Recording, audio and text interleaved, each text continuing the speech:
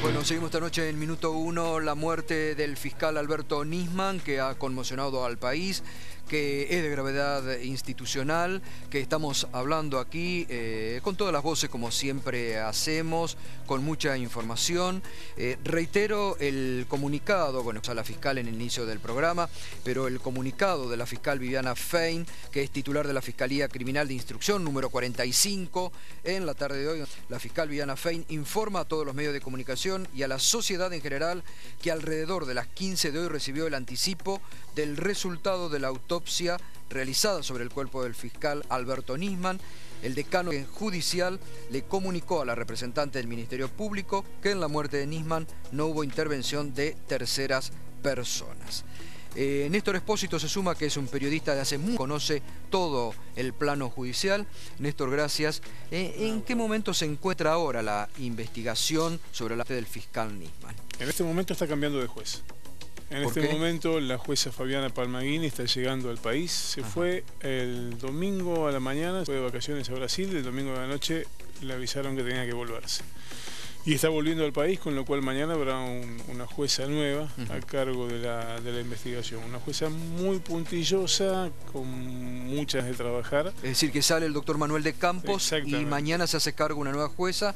Anticipo en este momento entonces de Néstor Espósito, es muy importante tenerlo en cuenta ahí. De cualquier manera, la investigación... La fiscal sigue. Sí, la fiscal sigue y la investigación, como es una causa de NN, está en manos de la fiscal. No hay ningún elemento hasta ahora que indique que acá hay algo diferente de un suicidio. Toda la prueba recabada hasta ahora apunta en ese sentido, si bien lo decía Paulo Caplan, se puede descartar la hipótesis de un suicidio inducido o incluso de un homicidio. Toda la prueba recolectada hasta ahora apunta al suicidio. Cuando digo toda la prueba, hablo concretamente de la posición en que quedó el cadáver. Todo hace presumir que el doctor Nisman se sentó en el baño en suite que tenía en su habitación, se sentó en el inodoro, se disparó en la sien, que el cuerpo cayó hacia el lado de la puerta. Eso impedía que se pueda abrir la puerta, porque el cuerpo cayó sobre la puerta. Tal cual, y quedó de tal manera que la fiscal y el juez ordenaron que se filmara y fotografiara la escena a través de un brazo mecánico, de estos que utilizan para sacar una selfie, una autofotografía. Bueno, introdujeron ese brazo mecánico para filmar todo el original. Es decir, esto es muy importante lo que estás contando, Néstor, porque vos estás indicando que se tomaron toda esta serie de fotografías estando el cuerpo del fiscal en el piso, como había quedado tras el disparo en la sien. Es decir, eso se pudo realmente realizar en el contexto donde fue encontrado. Sí, la filmación, la grabación está tomada en las mismas condiciones en que se encontró el cuerpo, en que por lo menos el juez de Campos y la fiscal Fein encontraron el cuerpo cuando llegaron al lugar, al departamento, aproximadamente a las 11 de la noche de ayer. Cuando llegaron, lo que encontraron, la escena estaba preservada, trabajaron allí Prefectura Naval y la Policía Federal, y todo lo que tomaron allí está todo documentado. Una vez que quedó establecido cómo había quedado el cuerpo y que era imposible virtualmente que en ese lugar pudiera haber entrado o salido otra persona sin mover el cuerpo, una vez que quedó determinado eso y quedó filmado, entonces sí, forzaron la entrada y ahí sí accedieron al cadáver. El cadáver tiene una sola herida, disparada por un arma calibre 22. Ese arma calibre 22 fue accionada según el peritaje. El disparo causó la salida del casquillo que fue encontrado en el lugar. Lo que faltaba determinar es si el plomo que quedó incrustado en la cavidad craneana del fiscal Nisman coincide con ese casquillo. Todo parece indicar que sí. Paulo decía algo que es cierto. La prueba del dermotest, que no es la prueba del barrido electrónico, la prueba del dermotest dio negativo, pero suele dar negativo o falso positivo cuando se acciona un arma calibre 22. La prueba fundamental y tampoco definitiva, tampoco concluyente, tiene que ver con este barrido electrónico que se hace en la asesoría pericial de La Plata, y solo en esas circunstancias puede haber una precisión mayor respecto de si hay los elementos químicos constitutivos de una bala en la mano del fiscal. pero más allá de esto no hay nada en la causa que indique que aquí hay algo diferente de un ¿Se han suicidio. sumado por parte de la fiscal algún otro elemento, lo que ha trascendido, lo que se sabe, o solamente lo que se ha podido destacar de la escena del crimen? No, hay una batería de medidas pedidas que van a demorar un tiempo, tiene que ver desde las filmaciones de las cámaras de seguridad. El juez ordenó secuestrar todas las cámaras de seguridad, las que estaban en el exterior como las que estaban en el ¿Esto se pudo interior. confirmar del empleado que le lleva el arma el sábado a la tarde a su departamento? No es un empleado formal, es un colaborador de la Fiscalía, un experto en informática.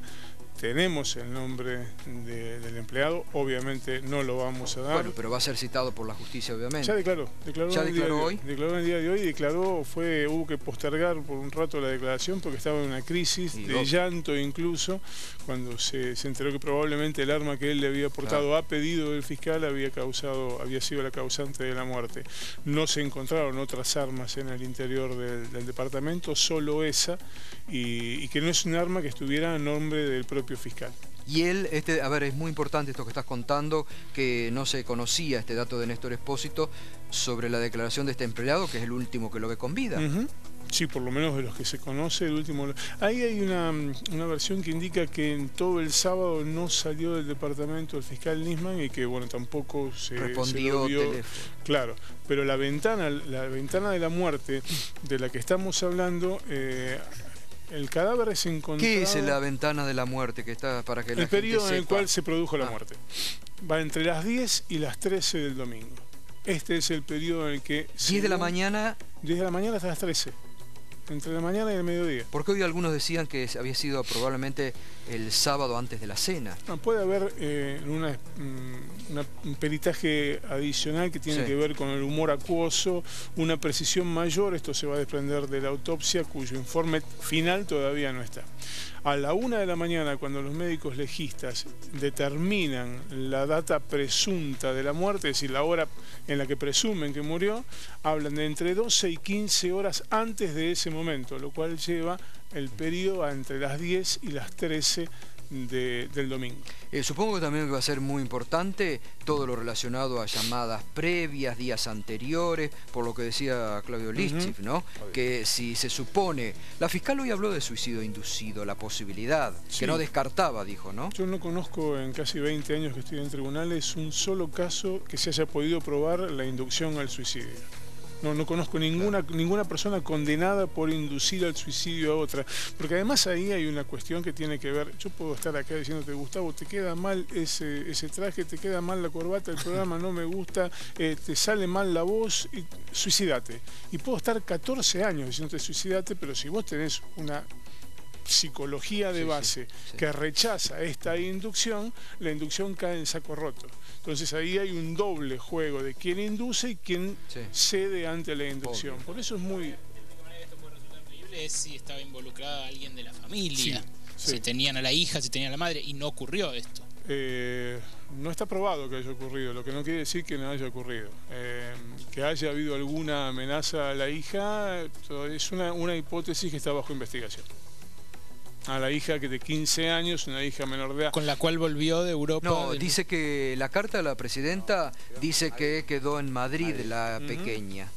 Bueno, entonces menos probable aún que la estuvieran manteniendo como rey. rey. Tenía dos hijas, ¿no, Néstor? Las dos hijas están volviendo... Tenía dos hijas. Dos hijas, que están volviendo en las próximas horas. Me parece que son las principales perjudicadas por esta historia. Obvio, y en quien hay que poner la visión. El costado humano respecto de dos hijas que quedaron huérfanas a tan corta edad es la carga más trágica de toda esta historia. Hay dos chicas que quedaron sin papá. Esto es lo primero que hay que tener en que cuenta. muchos se olvidaron en el día de hoy porque se dedicaron a hacer caranchismo político y a tirarse muertos, como es habitual en la Argentina, lamentablemente. Sumamos al diputado Pablo Hafkin, gracias, estaba aquí, y bueno, queremos escuchar también su análisis sobre esta muerte lamentable. Gustavo, es un hecho realmente gravísimo. No es la primera vez en la Argentina. Hay muchas muertes resonantes. Hoy yo veía que han salido de nuevo a las luces, el caso de Chegoyen, el caso Lourdes Di Natale, el caso Julio López. El caso Cataño, cuando, recordemos, IBM. estaba involucrado en la famosa la muerte, causa usted IBM recordará, Gustavo, Banconación. del ex comisario Pirker, siempre Sí. dudosa como jefe de la Federal. Entonces, lo que esto prueba, y yo creo que este debe ser el punto de inflexión, es hasta dónde el sistema democrático argentino es capaz de avanzar sobre un área oscura de la política, del funcionamiento del Estado, que evidentemente se encarga de estos hechos. Entonces, yo creo que hoy lo más importante, porque ¿cuál es el hecho de hoy? Yo escucho, hay dudas, opiniones, he leído la carta de la presidenta. La gran diferencia es que hay alguien que no puede contestar esas dudas, que es el fiscal Nisman, porque ya no está. Yo era diputado, soy diputado, y hoy teníamos una reunión de comisión donde le íbamos a hacer preguntas y no se las pudimos hacer. Entonces creo que la prioridad hoy es cautelar la documentación que estaba Pero esa documentación fundaba la está, denuncia, ¿no? que evidentemente el juez Lijo ha tomado. ¿Se sabe algo sobre esa documentación? Sí, la secuestró el juez Lijo, que hoy se reincorporó a la actividad y secuestró esa documentación, hizo un procedimiento en la Fiscalía AMIA y se llevó esa documentación, entre otras cuestiones, los más de 300 CDs que trascendió en las últimas horas que el fiscal Nisman tenía con escuchas telefónicas. Y claramente, Gustavo, creo que este debe ser un punto de inflexión. Porque mire, hay un ex ministro que no puede volver al país por haber enfrentado a un agente de inteligencia.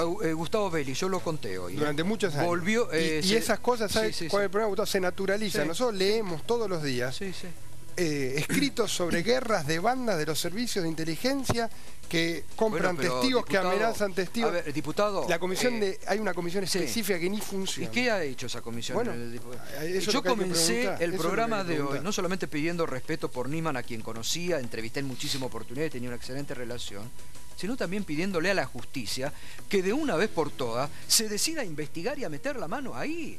Porque durante todos estos años de democracia, desde el 83 a la fecha, pasando todos los gobiernos que pasaron, siempre los sospechosos de siempre estuvieron presentes, en todos los gobiernos democráticos.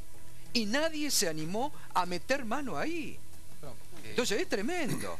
Acá lo tenemos a Lichi, que lo vivió en carne propia, que conoce mucho el tema. Decir algo que yo denuncié directamente la participación de un sector de la CIDE en el mismo atentado.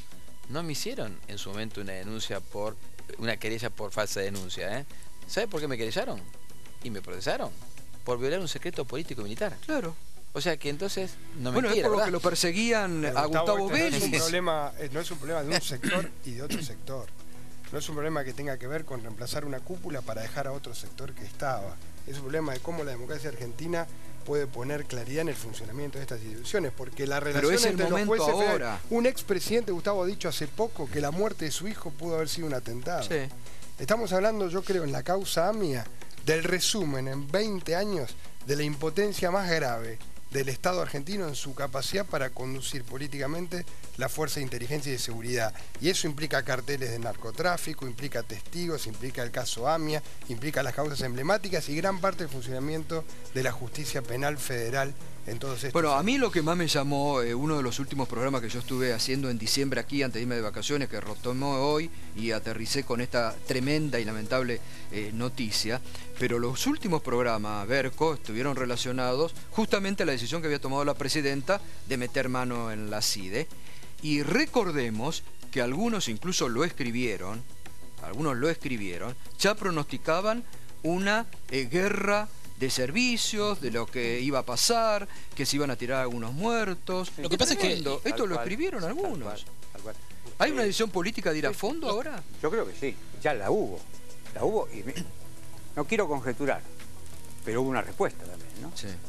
La respuesta es trágica, pero que hay una decisión política de ir a fondo, seguro. Además estaba viendo las sospechas, estaba viendo lo que dijo el diario La Nación, el 17 de enero.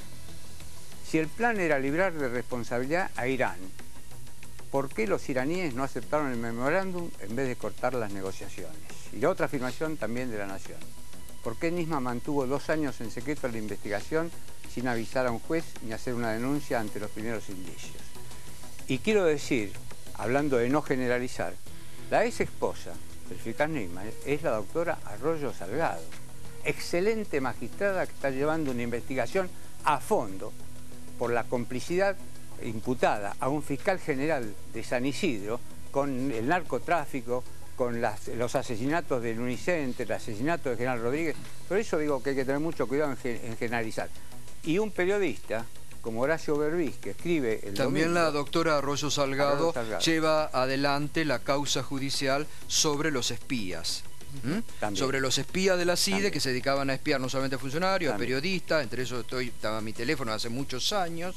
Es la propia jueza que hace poco, creo que a principios de enero, con poca repercusión de los medios, ha llamado a un juicio oral, ¿no? Mandó a juicio oral sobre todo también a un ex titular de la CIDE, ¿no? Sí, además una causa que tiene que ver con presunto espionaje en la que están involucrados periodistas respecto de actividades políticos y de jueces, entre ellos el presidente de la Corte, Ricardo Lorenzetti, y el ex juez de la Corte, Raúl Zaffaroni. Así es. Doctor Recalde, ahora, cuando en 2005 el gobierno se comprometió a transparentar el financiamiento de los servicios de inteligencia ante la Comisión Interamericana de Derechos Humanos, ¿qué expectativas se abrió de cambio de eso que usted dice es una institución por lo menos viciada de la democracia? Absolutamente, estamos de acuerdo. Además, coincido totalmente con unas expresiones de otro periodista, Berbisky, que el domingo lo tengo escrito acá. Habló de que la causa de la AMIA es una ciénaga judicial y dijo textualmente que todo esto pondría en evidencia los desbarres antes de la muerte de Nisman. Antes, sí, coincido, estoy diciendo que coincido con esta afirmación, la voy a leer textualmente.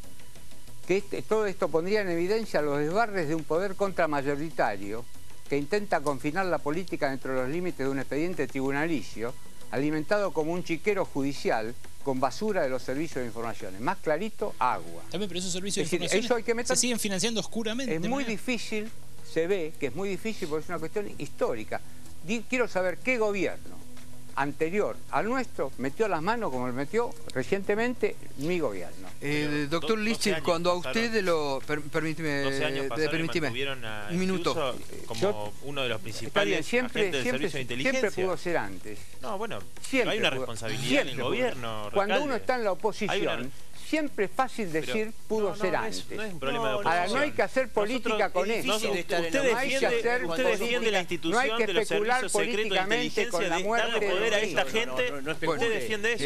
Yo no lo defiendo. El debate está abierto, aporten ideas. Esa es nuestra propuesta, es la disolución inmediata de ese servicio de inteligencia secreto que viene de la dictadura. Me permiten, estamos manteniendo un debate responsable y sereno porque hoy el centro es la muerte de una persona, mantengámoslo. Bueno, pero es muy difícil. También es verdad que hace un mes, no recuerdo exactamente la fecha, cuando se cambió la cúpula, porque descabezar parecería ser que ya tenemos el problema resuelto. Se sacó una parte y quedó otra, ¿no es cierto? Bueno, la presidenta hizo un cambio importante, tanto que estamos hablando de unas repercusiones que pueden haber derivado en la muerte del fiscal Nisman. Mire la gravedad que puede haber tenido. ¿Informó públicamente por qué hizo ese cambio? ¿Por qué sacó a Icazuriaga y al Archer? ¿Dijo públicamente? ¿Nos dijo a todo el pueblo argentino? ¿Por qué había hecho? ¿Y para qué teníamos que prepararnos? Es decir, le dijo al fiscal Nisman, mire, estoy haciendo estos cambios, a todos nosotros, El fiscal Nisman quizás por sus vínculos tendría más información que nosotros. Pero la presidenta no informó nunca por qué hizo esos cambios. No sabemos por qué hizo esos cambios. ¿Hizo esos cambios por lo que estamos hablando nosotros? Porque había que democratizar los servicios de inteligencia. Dijo al pueblo argentino, me avivé tarde, hace 14 años, pero bueno, pero de cualquier forma es por esto, saqué a esto, ahora está fulano, tenemos confianza. ¿Lo dijo? La verdad, no lo dijo. Es negar toda la historia reciente de las actitudes. No me corra con historia. Le digo, ¿dijo esto o no? Ya volvemos. ¿Informó al pueblo argentino? Me permite que tengo que hacer una pausa. Enseguida también le quiero preguntar al doctor Lichtich, cuando a usted lo secuestraron y lo torturaron, si también fue de la CIDE enviado esa secuestra, que todavía tiene las marcas en el cuerpo, ¿no? Sí. Le marcaron números y atrás, en el brazo. Enseguida seguimos con este programa especial.